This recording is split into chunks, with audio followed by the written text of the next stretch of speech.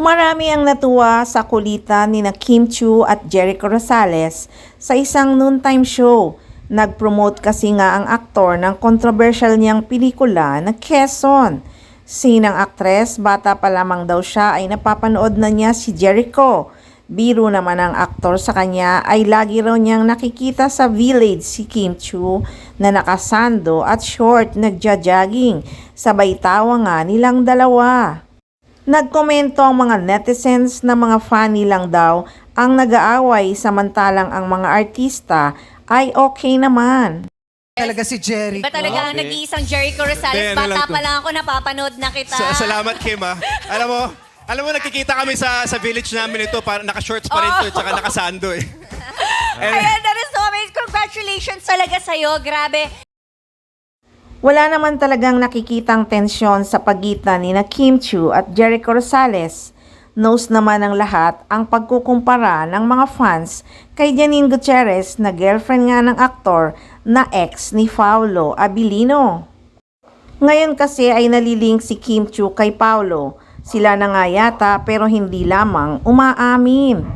Kaya pinayuhan din ni Kim Chiu ang kanyang mga fans at aware nga ang It's Showtime host na si Kim Chiu na hindi niya mapiplease ang lahat. She's also aware na kahit na anong gawin niya, meron at meron pa ring mambabas sa kanya.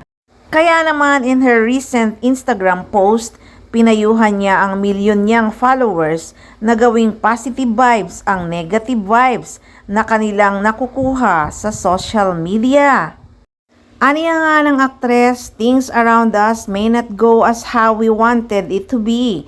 Always focus on the good and remember that God has better plans for each one of us. You still gotta make the best out of life. Turn the negatives into positives. Don't allow anything to steal your joy.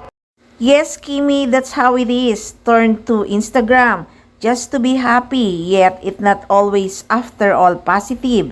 Still negative things sneak in always. That's the yin and yang of life. Yes, my dear, you are very correct. Love this post. That was Kim caption na nilike ng marami niyang followers. Aniya pa nga ng kanyang mga followers, I love you. You will always be one of my inspiration. You're such a very good and kind-hearted woman. We love you, Miss Kimi. Yes, it's true. So keep going and love your life to the fullest. Diba ang ganda, tagos sa puso?